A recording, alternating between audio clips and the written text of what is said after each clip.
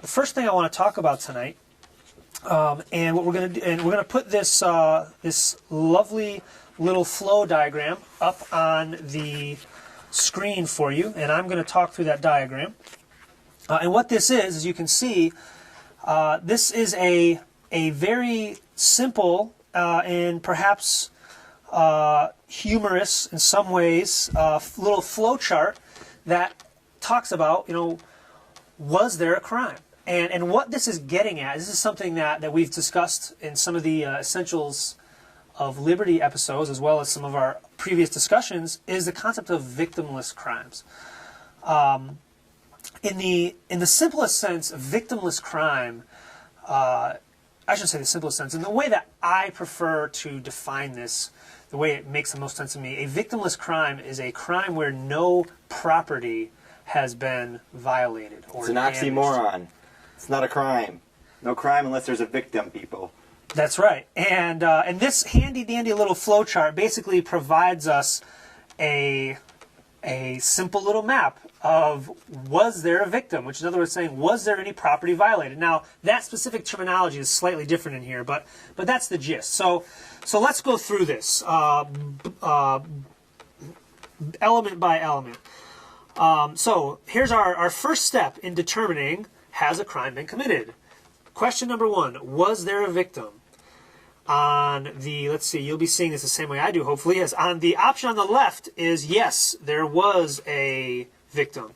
Option number 2 on the right is no, there was no victim. Let's look at option number 2 first, which is no victim. And where does that take us? A straight line all the way down to the very bottom where it says no crime has been committed. And there's a happy little person running away, presumably free. That's the gist of it all. If there was no victim, then there was no crime. And throughout this show, we will help provide some examples and illustrations and some more detail around what are victimless crimes. There are a lot of them. And none of them make any sense because a crime needs a victim. Yes, indeed. So back to option 1 on the left of the screen, upper left, is yes, there was a victim to the crime. Then there's a follow-up question. Was the victim society? I love that. Was the victim society? Yeah, that's the part that is fantastic. that's the part that has some humor in it. So basically, that's a funny little way of hinting at the whole, well, who's the the victim is the greater good, or we were all hurt. That's baloney. A victim is a person, is a victim, or and something related to a person is a victim. And if the victim is this vague, nebulous, completely flexible definition or concept of society, then translate that as there was no victim at all. Which brings us right back down to the lower left of, if yes, the victim was society, then we're back down to our happy little person saying no crime has been committed. Back to dancing with freedom.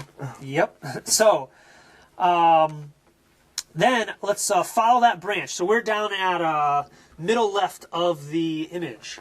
We have, was the victim society? No. But there was a victim, but the victim was not society. Okay, next question. Were someone's rights violated? And this is sort of a further way of honing down to some clarity on, was there an actual real crime, or was there a property violation or property damages? So if were someone's rights violated, the answer is no. Well, then we're right back down to that. This is kind of like chutes and ladders. We're going all the way down to no crime has been committed. But let's follow the flow chart. I'm right in the middle of it. Were someone's rights violated? If our answer is yes, then we go down to, well, which right was violated? The 3 options here, and this terminology doesn't line up precisely with what I've been talking about, but they have liberty, property, and life. Definitions are often vague and confusing. So, you have to define your terms. Right. So but the idea here, the concept is exactly in line with what we've been talking about. The concepts are the same. The name, the systems. So, Yep. So this graph or this graphic lays out basically if someone's right, if someone's liberty, if someone's property or someone's life has been violated, then yup, you've got a real, actual, legitimate, bona fide crime. And that is all the way down at the bottom. You have our little handcuff symbol. So we've got a crime.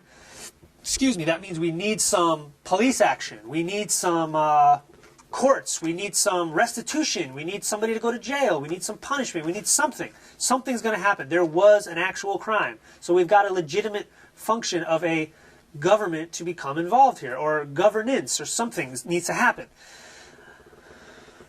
The last part on this flow chart is if you can't specifically define which of those three rights were violated, liberty, property, or life, if you just have, well, I guess something else was violated, or I feel violated, or I feel upset about this, or I don't like that. You say, my feelings are hurt. That falls into the other category. Which right? Other. Yeah. So that brings us back down to our happy little no crime has been committed. Yay! Yeah, our little, and this would be great. So you want to practice animating? There you go. Oh. There's your next production challenge. Dancing around the screen, happiness. Yep.